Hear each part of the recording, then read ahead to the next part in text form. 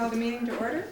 I think everyone is here except Marty Raybein will be a little late. Jim McGrath is not here, and I believe Susie Orr will be here in a few minutes. So all others are in attendance. How does the agenda look to everyone? You okay on that? Okay. Yep. And how about approval of the minutes? Has everybody had a chance to review the minutes? These are the same ones you sent out, or Right. Gary sent out. Yeah. The City Club minutes have changed just slightly. Sue had a few corrections, and that kind of shows up as the fainter text in there. from Well, what thank you for capturing that, all of that. And I was thinking, I'll send you a copy of the text of what I said there, and then maybe we could get Dale's, don't you think? And just put that Yeah, with that'd it. be a good idea. In fact, here, I why don't I just give you that? Okay. And then it'll be in the record anyway. Okay, so do I have a motion to approve the March 18th City Club meeting minutes? I move to approve it. Second? All in favor? Aye. All right. The March 18th meeting with Kathy Van Hook. Does anybody have comments on those minutes? Okay, do I have a motion to approve those minutes? I'll move that we approve it. Second. All in favor? Aye. And the March 16th meeting. You had a I have a couple of little small things, Okay. surprisingly. Page 4, under Chief Executive.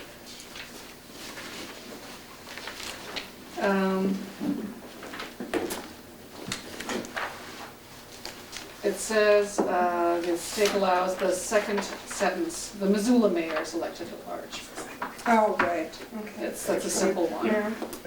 And then on the next page, the last bullet at the top, the council may override the mayor's veto. The last page. The page 5, Oh, last, at the top, the last bullet may override the mayor's veto with a 2/3 vote. oh. Override the mayor. And just as a point of what the city is doing, what the charter says, it says here, Ms. Raybein pointed out that the mayor is not required to break all ties. Now, I would like to rather say has not been required to break all ties.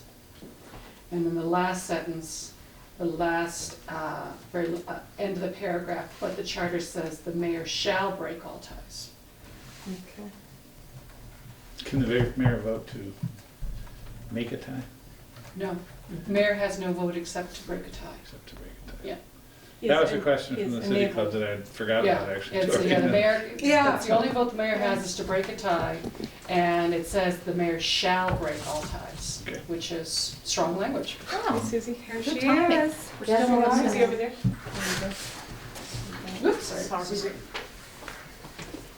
Okay, any other comments on May 16th? I'll move that we approve them as Oh, amended. you know, I'm sorry, Sarah. On page 7, I'm sorry, I meant to say Christina Ford was the former director of the Office of Planning and Grants. She wasn't the chief administrator. But that has been added in. Oh, yeah, it was Oh, changed. we've already got that, I'm sorry, okay. I move that we adopt them as amended by Pam's comments here. Do I have a second? A second. All in favor? Aye. Aye. Okay. Now then, the February 23rd Public Outreach Committee minutes. I know that both Jane and I commented on those, and we're fine with them. And I'm fine with them too. You're fine with them, so, I good. move that we, the committee adopt these as amended by Gary this last time, as written now. Okay. Did we get And second that, Jane? Yeah. That should be in there. Okay, that one. Jane, you want a second? Oh, that? second, yes. All in favor? Yeah, the three of us, aye, yes. Okay, here we go. Public comment from citizens. Ellen? Have you met Susie? Hi. Hi, We I'm were Alan. out. Nice to meet you. The only thing I will say is so far for the open position, there's one application in. And you're it. That's so far, but, you know, we have until 5 o'clock. That's 5 o'clock today? 5 o'clock today, isn't it? 5 Well, o'clock. yeah. And 6 meetings a week I wish doesn't- you Yeah, success. I'm running for election. And you don't mind 6 meetings a week? I'm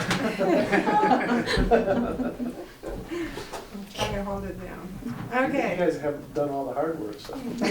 Yeah. Well, you know, it was a lot of time getting organized, and now it's the fun part, is getting into the meeting. Yeah. Your timing's good. Okay, any communications from any members? The only thing I wanted to mention was the Montana codes annotated. There was some emails about that. Did we decide we were gonna go ahead and purchase the ones that are soon to be I think changed? so. Yeah. That's what I'm How remembering. many sets are we ordering? 8. Each person, she asked each person if they wanted one, and did you want one? No, I can get my own. Yeah, so and she Oh. asked each of us if we wanted one, she said she would get as many as each, you know, whoever, I said I wanted one, and so I'm not sure how many. Okay, I'll ask mine. So we need one for the new person and one for Gary. Okay, so we should have 7 altogether? 8? Excuse me. Reports, 8? Well, Assuming 7 everybody because wants. No, 'cause Susie doesn't want one. Right, but that's, So that's 6. 6 plus And Gary plus is 7. Gary, that's 7. we have a Higher new than that. person coming on. That's 6. But it's 6 Oh, with the right, new right, person okay, plus Gary. right, all right. Okay, good, I'll talk. Thank you. It's higher than that, so it's an English major. Not now. It's carrying on to the second hand. It's I know, that's right. Reports, Bob and Sarah went to the Emma Dickinson Neighborhood Council and to the Community Forum, and I was hoping they'd fill us in a little bit about that. It was interesting. It's interesting. I didn't have time to prepare any kind of official report. I have notes from the meeting. Do you have- Yeah, no, it was an interesting thing, and I'd encourage everyone to do it. It was great that Bob let me know that these were happening, and he let all of us know. And I think if we just make a point of showing up, it was the leadership team for the Emma Dickinson Neighborhood Council. It wasn't the whole neighborhood council. Oh, And so it was, you know, interesting to hear them. They're addressing a big development proposal. It had Jeff Badnock there They're- making a presentation, and yeah. it had They're a neighborhood that's quite obviously impacted and motivated by infill issues. yes. They probably got the heaviest of the density bonus kind of infill oh. issues, and some of the comments were that we're a neighborhood under siege. We're an Kate island. Whitlock is the president of that leadership team. Mhm. She dominates it. and She's a when very she- powerful she's- voice at those She's meetings, a very yeah. impressive person. And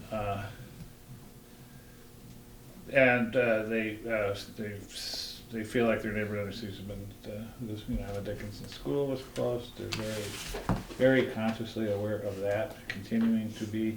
They are a neighborhood that doesn't have any parks, and they don't have any parks at the same time that, you know, they're being infilled. So they have a consciousness of a semi-rural character of the neighborhood that's really being lost.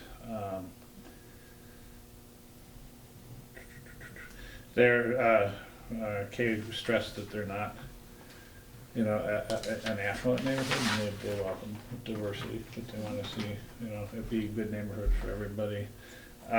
Transportation issues were really talked about a lot. A lot of cul-de-sacs in that area. And safety, pedestrian safety. Traffic calming issues and sidewalk issues. You Because they know, don't want to become urbanized, and so Well, they're looking for alternatives to sidewalk. People need safe walkways. Some people. There's a lot of discussion about Yeah, doing and something. how they come, that but isn't- they want to do a charrette to try to figure out where they need sidewalks, They what want to the be sidewalks involved would be in like. whatever's done, yeah. It was interesting, we watched it was one of the neighborhood members came in and made a presentation about pedestrian safety in her neighborhood, and she had been going and talking to the planning office about what could be done. She was reporting back to these guys, and they were giving their feedback. Yeah, and they're very interested in River Road. Mhm. And what, you know, and traffic coming on River Road, they're very interested in what happens with the Russell Street redo and what kind of consequences that's gonna have for them. And Jeff Badnock and Peter Hansler, which came and did a report on the potential for that Dinner Mountain lumber site redevelopment. And they had done a big Which was pretty citizen interesting. Yeah, that's charrette, right. and they showed the report from that, which we couldn't keep a copy because they needed those for the neighborhood council people, but it was, they got a lot of input from the citizens on Well, that. now, is the housing authority going ahead with the development that they have planned there, or is it in the planning stages? I think that they would like to have funding to do it. They talked about it being a $40 million project, and they Yeah. haven't, you know, Oh, okay. It's they huge. haven't identified Yeah, it where all is. those funds are gonna It's, come you from. know, so. It's beautiful. I mean, So, I mean, I've seen yeah. it, but, Mhm. yeah. And, you know, there was interesting discussion by the neighbors saying, well, you know we don't have a veto over this. What, 250 units, is that, am I right? Yeah, I about don't that? remember. It's a very big, large it's a number. big project. And, you know, they said, we just want to have some say, and so the neighborhood council is one way that they're doing that. So Yeah, it's and- interesting to watch the give and take on that. Intentionally being developed at very high density. Mhm. There didn't seem to be a lot of objection to that because they talked about how it would step down to the neighborhood and kind of build up to an urban kind of downtown kind of street friendly thing on Russell Street, which would be would be new for Russell Street. Right, that's Mhm. right. Yeah. And then open space and underground parking, and, Yeah. yeah, it's very interesting. So I was I think impressed by. I'm not surprised, but I was impressed by the focus on transportation issues. And you know, thoughts about, well, we're gonna go to the TPCC, which is Transportation Policy Coordinating Committee. So this may not be something that we could influence, but it's something I think we should consider making a recommendation for. If we can't, that Transportation Policy Coordinating Committee is can have one of the biggest consequences on neighborhoods of any group anywhere in the city. They spend federal transportation dollars, maybe, you know, arguably, maybe on the city entirely. So I wondered if we couldn't consider making a recommendation that somebody from the neighborhood, from the council forum, was on that board. I think the way that board works now is it's the policy setting board for transportation issues, and there's a county representative, a city representative, somebody from the planning board, somebody from the Missoula Urban Transportation District, and, you know, and some other folks, somebody from the State Department of Transportation. But it would seem like a great place to have somebody that was elected by the council's leadership group to be an actual neighbor there. Instead of, you know, as things work now, everybody has to go to that, before that policy board and make citizen comment about what neighborhoods you like. But that would be an official voice that would really, I think, empower neighborhoods. So that's kind of, that didn't come up that meeting, but it was kind of a take. That's my 2 cents on it. I took more notes at the community forum meeting, Yeah, actually. man. And this is the people who are on the leadership teams of the various neighborhood councils. They all get together. And I will say their next meeting is April 28th, if anyone wants to go. And the leadership team of that group, in other words, 3 levels up of Hierarchy. yes, is on April 14th, and I don't know the time. But, you know, I would encourage folks to go and observe the discussion. Looks like they meet about monthly. They're also going to have a bus tour of neighborhoods coming up in May. They do this twice a year. And so they'll do half the neighborhoods in May and then half again in the fall. And I think they do the northern part of the city. So that's kind of an interesting thing. And they take council members and others. They had a discussion of, I won't go, there was a presentation to them from the Missoula Urban Demonstration Project.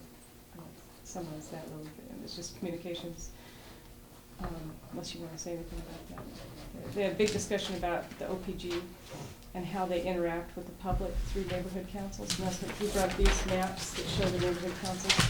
And the other side is something very interesting, and it's all the different steps of the planning process when public notice is required and by whom. And it has the statutory site too. And they had a discussion about how this notification goes through neighborhood councils. For one thing, when developers are required to meet with neighborhood councils prior to subdivision approval, but because neighborhood councils meet so rarely during the year, they often end up going through the leadership teams, and there's some discussion and question about whether that's representative of, is that the same as having a neighborhood council meeting? Yeah. Are we really reaching out to the neighbors with that kind of a meeting? And there's some talk about, there's an ordinance that governs this, and they're talking about communications with leadership team as representative of neighborhood councils.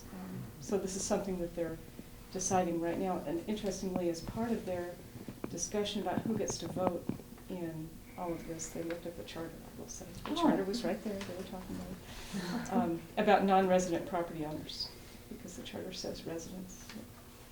So they were So saying they did non-resident property owners, landlords who live in another neighborhood cannot vote in that neighborhood. And there was some hot discussion Or about it. They business, were any definitely- business owners would be Right. excluded too. No, is that right? I thought Yeah, that if they're not that. resident, if because they you- aren't also residents. No, businesses are able to vote, I believe, in the way it's written up. In the charter? The charter says So- resident. Resident Uh, business or. No, it doesn't say, it just says I bet resident. Jim It's been interpreted though as including businesses, I'm pretty sure. They weren't It's- excluding yeah. businesses in their discussion, I don't think. Yeah, and that was the issue Maybe that I I brought up in misunderstood that. in our meeting, was that it says Yeah. resident. Yeah. Why wouldn't the And- argument be that Yeah. a landlord was own business? They were, yeah, and she was saying, one woman was saying she could vote in 3 neighborhoods, and if it were Ah, liberally construed, yeah. because she has a business in one, she owns a house Sure. that she rents out in another, and she lives in another. Okay. Of course, I think it was written to be not, it's written to be not a homeowners group, of course. That's, when they wrote the charter up, it was to specifically Right. say anyone who lives in here.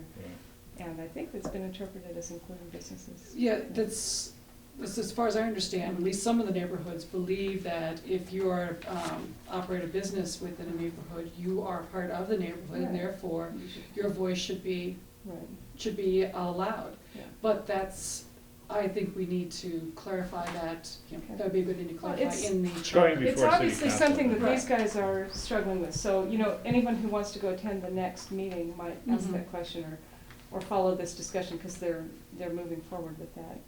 And what they're doing is they're recommending amendments to the ordinance to clarify it, that will go to city council, so it'll be before city council next. And that's really most of what I got out of it.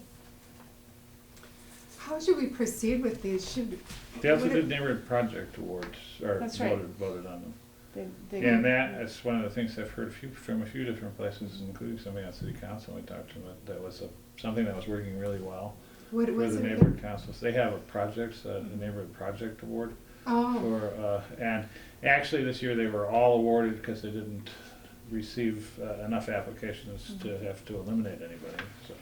And is they that did- like the $500 or? No, it's bigger than that's $2,000 Oh. maximum, I think, 2 or 3, Oh, good. 3, yeah. Wow, good. I should know because we got them in my organization. So what kind of projects, Park samples? improvements. We have Jim for just a little Yeah. short time Sure. today. May I just say one thing? Could you guys give those minutes, your notes to Gary and let him type them Oh, up for for Gary. us? I know.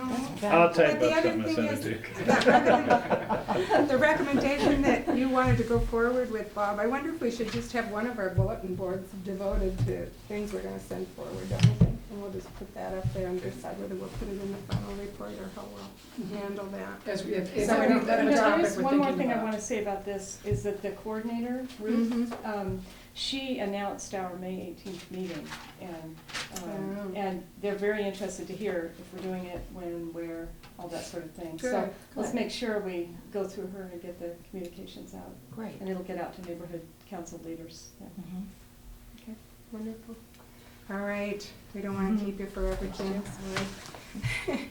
Today we have Jim Blowcatch with us, and I didn't prepare an introduction either. But, It's been before us before. but I know you've worked with these study commissions many times, and I'd appreciate a little background on that before you get started, what you've Okay. done in this regard. Well, I'm a native Montanan, I was away from the state and returned to the state in 1973 to join the University of Montana staff. And of course, that was right after the Constitution, 1972, was ratified, and they began to implement the different provisions of the Constitution.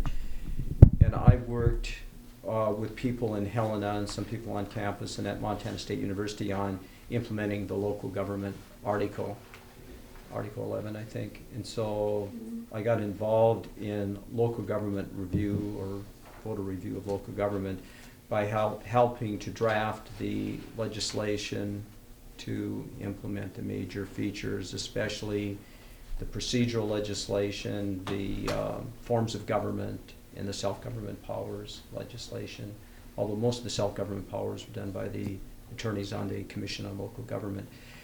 And then I helped to develop study materials that were published by the Cooperative Extension Service in Bozeman and by the Commission on Local Government in Helena and by the Bureau of Government Research here to be used by local government study commissions.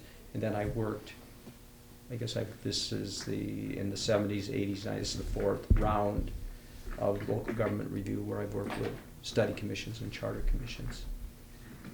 Across the state. Across the state, yeah.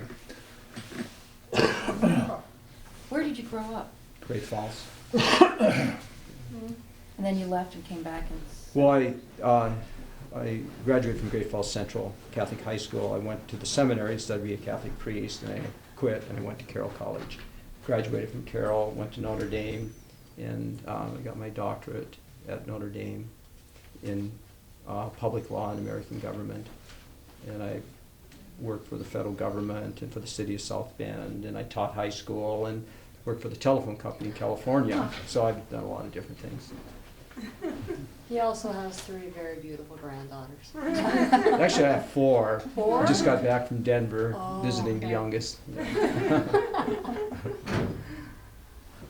Well, I think one of the ways that we got a little mixed up when we were going through the charter was Marty Rabine was mentioning that there's a difference between officers and department heads, and the Mhm. charter mentions that the mayor has the power to appoint all department heads. Mm-hmm. And Marty said, but that's not true of the city officers, which are the city clerk, the city attorney, and the finance officer. And so we were just trying to get clear on what the difference is and whether. Well, probably be by definition. I would think that if that's one thing that is not clear, certainly you could clear it up by a proposal to amend the charter. The city treasurer is, in Article 7, is addressed separately. I don't know if the attorney is actually addressed in here. No. The assistant to the mayor is addressed. Who are the other officers, Sue, that you mentioned?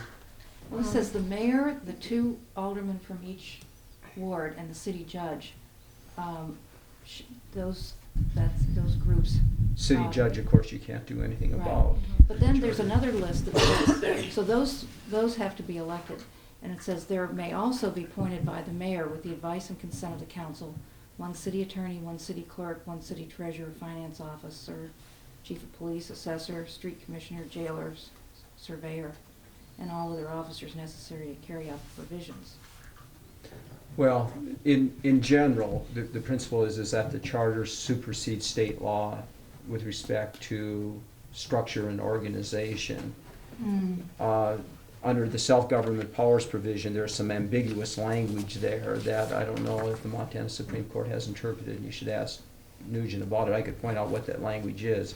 But my understanding is that if the charter specifies, is more specific with respect to those offices, the charter would be followed. And so I think that's something you can do. But under that the self-government powers language, Part 1 of Title 7, it says mandatory provisions, that under self-government powers you have all power except those powers that are denied you by state and federal law. But then denied is very liberally defined as actual denials requiring delegation, consistency with state regulation, and mandatory provisions. And under mandatory provisions, it says any law directing or requiring a local government or any officer or employee of a local government to carry out any function or provide any service. Now it's strange language, and almost by one hand it possibly takes a lot away from what self-government powers purports to allow you to do. Because it says these have to be done. Again, it's any law directing or requiring a local government or any officer or employee of a local government to carry out any function or provide any service. So what you read, Jane, I'm not sure if that would fall under here, and I don't, you'd have to ask Jim Nugent about that. Generally, though, charters are superior in terms of organizational matters, administrative, structural organization, not concerning powers, but concerning organization. And so, and the charter doesn't address that. And then another, of course, provision of self-government powers is that current state law stays in effect, even law governing general government units stays into effect until the self-government unit, through legislation, ordinance, specifically comes up with a different provision than that regulation of general governmental units no longer applies. In other words, that self-government powers are exercised specifically and positively. You have to take positive action in order to exercise them. So possibly, right now, the city council could make changes in that through ordinance. Right. And, but I guess they haven't. So I think that's what's happened, because evidently there's an ordinance covering the city attorney that Resolution. he needs to submit a resolution every 2 years to be rehired. But it must be by ordinance then. But then our question was, well, should that be referenced in the charter if there's something different covering?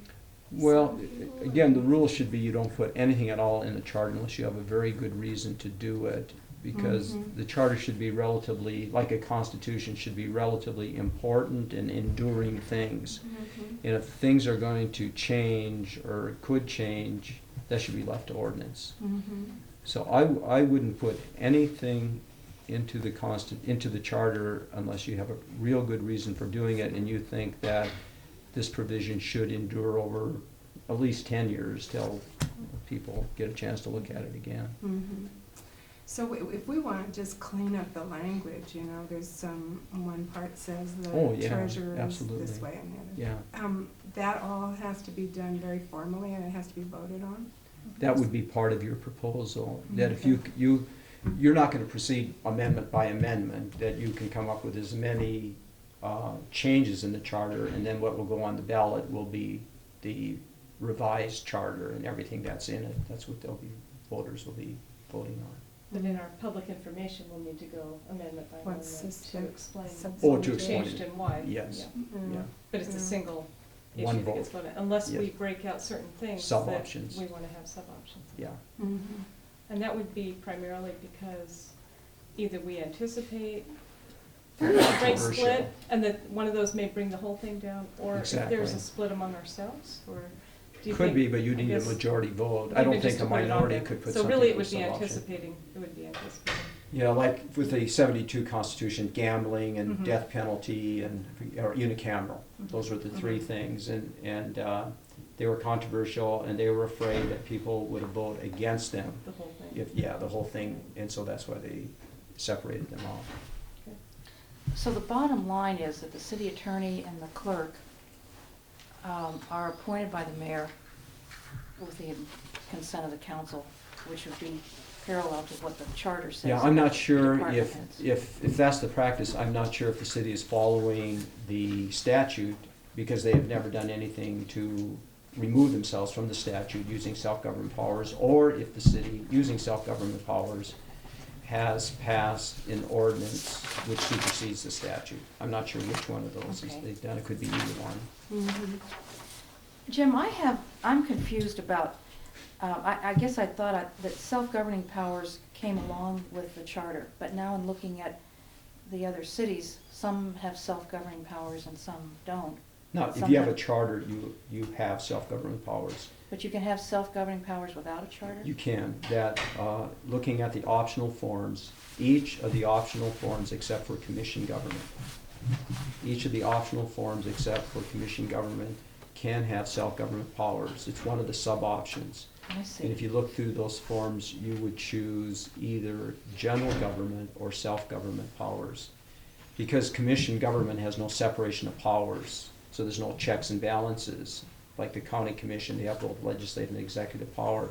The legislature decided that on recommendation of the State Commission on Local Government, they decided that self-government powers should not be available to commission government. But you could write a charter and put commission government in the charter and give yourself self-government powers. Okay. Now, the primary reason for, if you want self-government powers, the primary reason for getting them through a charter, not through one of the forms, is that with a charter, you can add to the list of denials. That is, you have self-government powers, you have all power that's possible except denied by federal law, state law, and the charter itself. And so local governments can add to the list of denials if they have a charter, not if they have a form of government. And would a denial be something like a maximum tax rate? Just like in something? here, just Yeah. like in your charter, Yeah. they say the general government mill levy limit applies to the self-government unit. Yeah. Hmm. And there's other things, I think when I talked to you before, that one of the proposed charters that never passed is they didn't want their city to accept any federal money.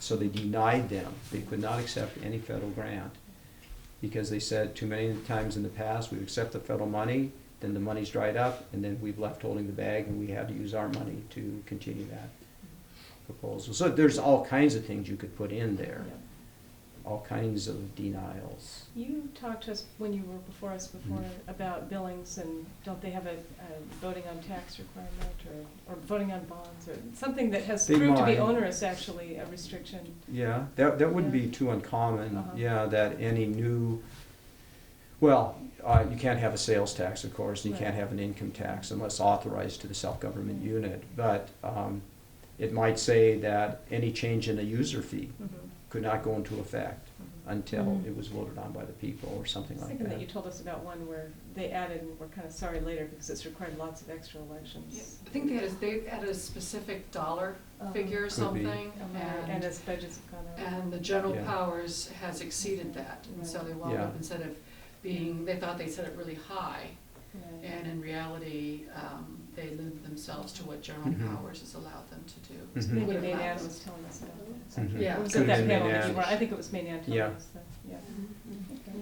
Jim, in your work with the charter, have you ever created a short summary of what this is? What a charter is? What Missoula's charter No. does? Okay. No. But what Missoula's charter did and does is essentially take the form of government that Missoula had under the Optional Forms Act and just wrote it into this charter with a minimum of change. Unlike under the consolidation charters, because those are rejected because it was just too much to stomach for too many people. It was too much change. And so last time they decided that our major goal is to get a charter. And the way we'll get a charter is not raising too many red flags, not too much change. We'll just take what we have and put it in the charter. And that's pretty much what they So did. before the charter, it was basically the same form of government, including, weak mayor, strong mayor mix, that kind of thing? It was, yeah, under the Optional Forms Act, and it was under the, of course, the commission executive form of government.